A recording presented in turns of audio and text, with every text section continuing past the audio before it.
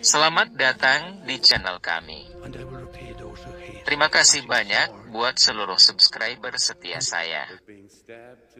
Terima kasih sudah tetap setia. Terima kasih atas dukungan dan motivasinya selama ini. Kali ini, channel Cerita Kehidupan Plus akan membahas sebuah alur cerita film yang berjudul The Boondock Saints. Film The Boondock Saints merupakan sebuah film laga komedi yang mengisahkan tentang dua orang saudara kembar yang berusaha membunuh orang-orang jahat. Meski terkesan kocak, pembunuhan-pembunuhan yang mereka lakukan cukup sadis.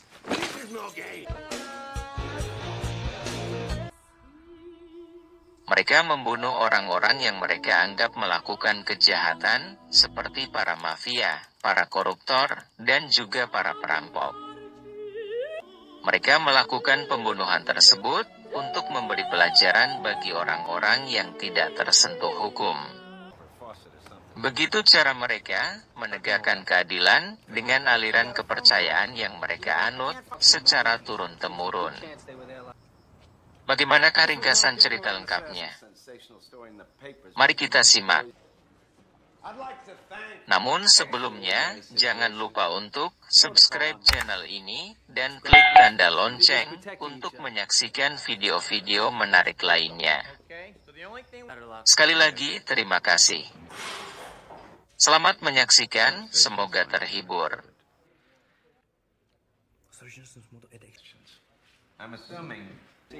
Di sebuah kota, hiduplah dua orang saudara kembar yang menganut sebuah aliran. Mereka berdua bekerja di sebuah pabrik pengolahan daging. Hingga suatu hari, mereka terlibat perkelahian dengan seorang mafia di sebuah bar. Mereka bersama gerombolannya berhasil mempercundangi sang mafia dan anak buahnya. Tapi ternyata sang mafia justru menyimpan dendam kepada si kembar ini.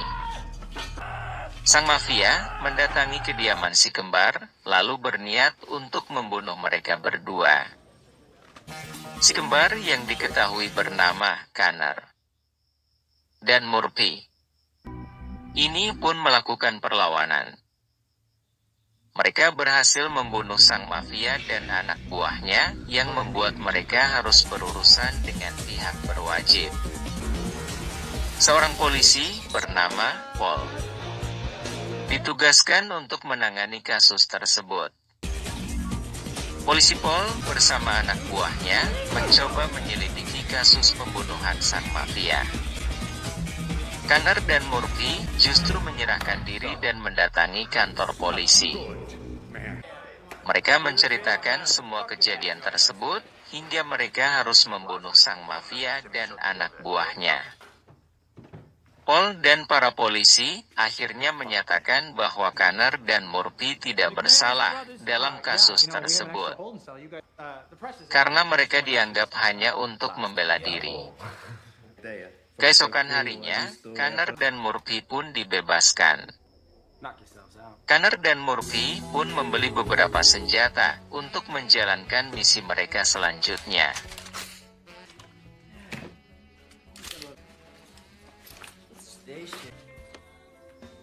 Mereka berencana membunuh segerombolan mafia yang sedang melakukan pertemuan di sebuah hotel.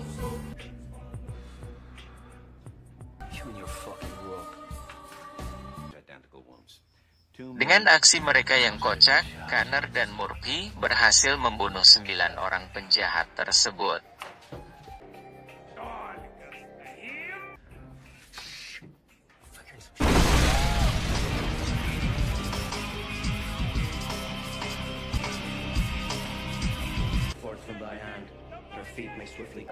Ketika mereka hendak pergi, tiba-tiba datang seseorang yang mereka kenal bernama Rocco.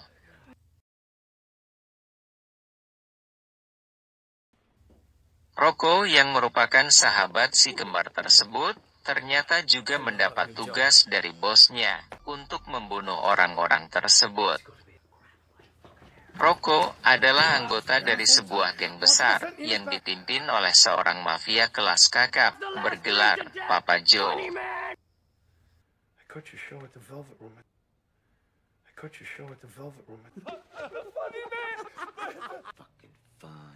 Connor dan Murphy menyadari kalau Papa Joe sebenarnya hendak menjebak Rocco dalam tugas pembunuhan tersebut. Mereka berusaha meyakinkan Rocco akan hal itu, tapi Rocco tidak mempercayainya. Hingga kemudian, ia mendengar langsung kebenaran tersebut dari salah seorang anak buah Papa Joe lainnya. Rocco marah dan membunuh orang-orang tersebut. Rocco memutuskan untuk bergabung dengan si kembar untuk membasmi para penjahat tersebut. Mereka bertiga pun mulai beraksi. Beberapa orang mafia dan para koruptor berhasil mereka bunuh. Sementara polisi Paul masih terus menyelidiki kasus-kasus pembunuhan yang masih saja terus terjadi. Paul dan anggotanya masih belum bisa menemukan siapa pelaku dari pembunuhan tersebut.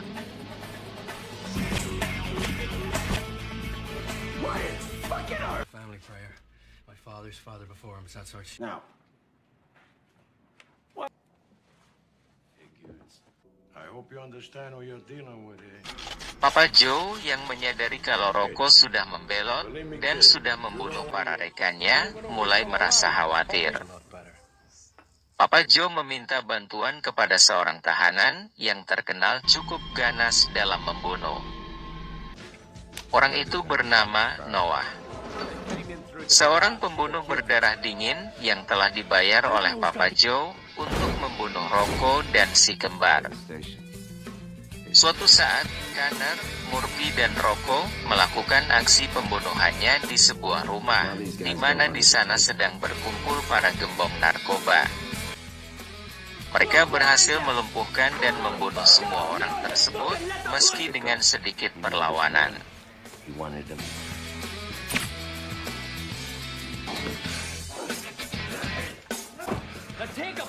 Saat mereka hendak keluar rumah tersebut, tiba-tiba Noah datang menyerang mereka. Baku tembak pun terjadi dengan sangat brutal.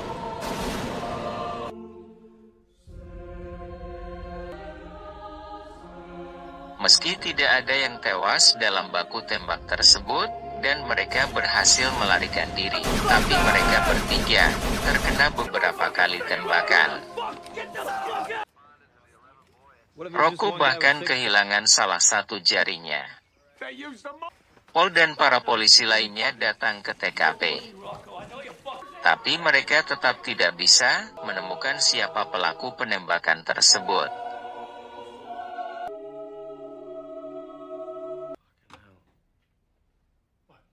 Sampai akhirnya, Paul tanpa sengaja menemukan potongan jari Rocco yang ternyata tertinggal di sana. Paul pun menyelidiki pemilik jari tersebut, sampai akhirnya ia mengetahui siapa mereka sebenarnya.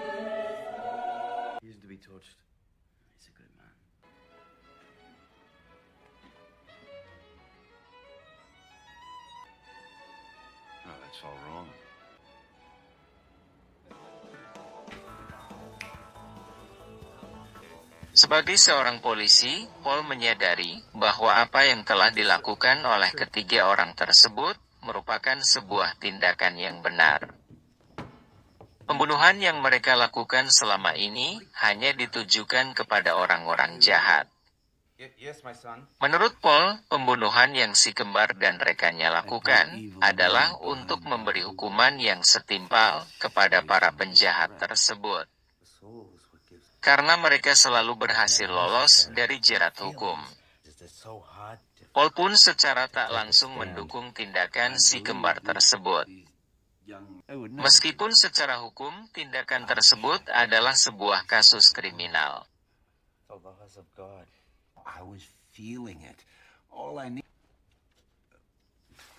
Si kembar dan Rocco berencana menyerang rumah Papa Joe.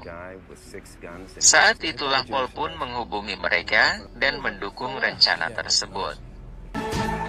Tapi Paul tahu kalau rencana penyerangan ke markas sang pemimpin geng tersebut adalah sebuah tindakan bunuh diri. Paul diam-diam menyelinap ke rumah Papa Joe tersebut dengan menyamar sebagai seorang perempuan. Kemudian ia mampu melumpuhkan beberapa orang penjaga rumah Papa Joe tersebut.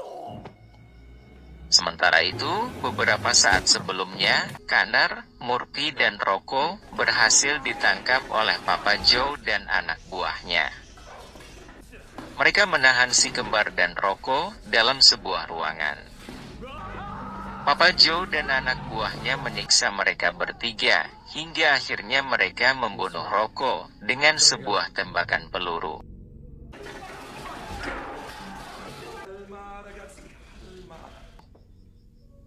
Connor dan Murphy tidak bisa berbuat apa-apa melihat kejadian tersebut, karena mereka juga sedang diborgol. Namun, saat semua anak buah Papa Joe meninggalkan mereka berdua di dalam ruangan tersebut, Connor dan Murphy berhasil melepaskan diri.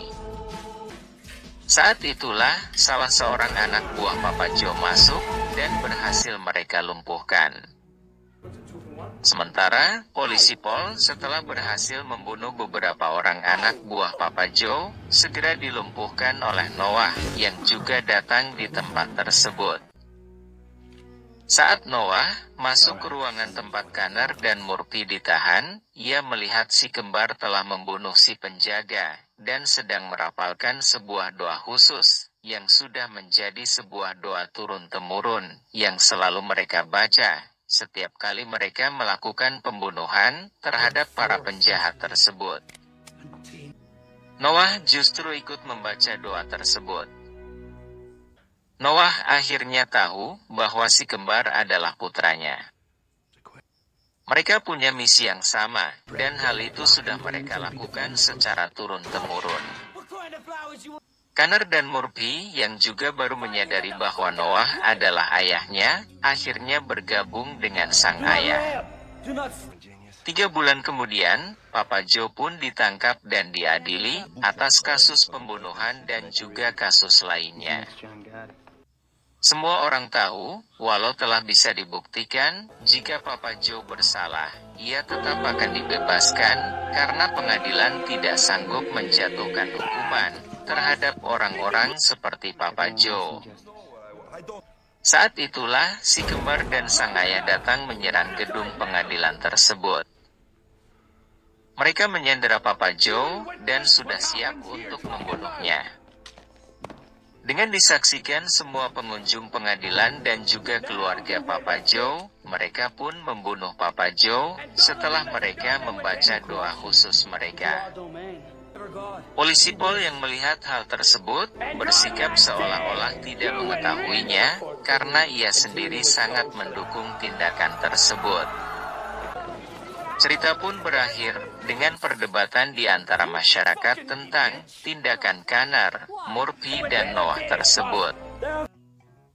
Sebagian ada yang mendukung mereka, dan menyebut mereka bertiga sebagai orang suci. Namun sebagian juga tidak setuju dengan tindakan main hakim sendiri itu. Demikian ringkasan cerita film The Boondock Saints. Lebih dan kurangnya, Mimin mohon maaf. Terima kasih sudah menonton sampai selesai. Salam hangat untuk kalian semua. Semoga terhibur, dan sampai jumpa lagi.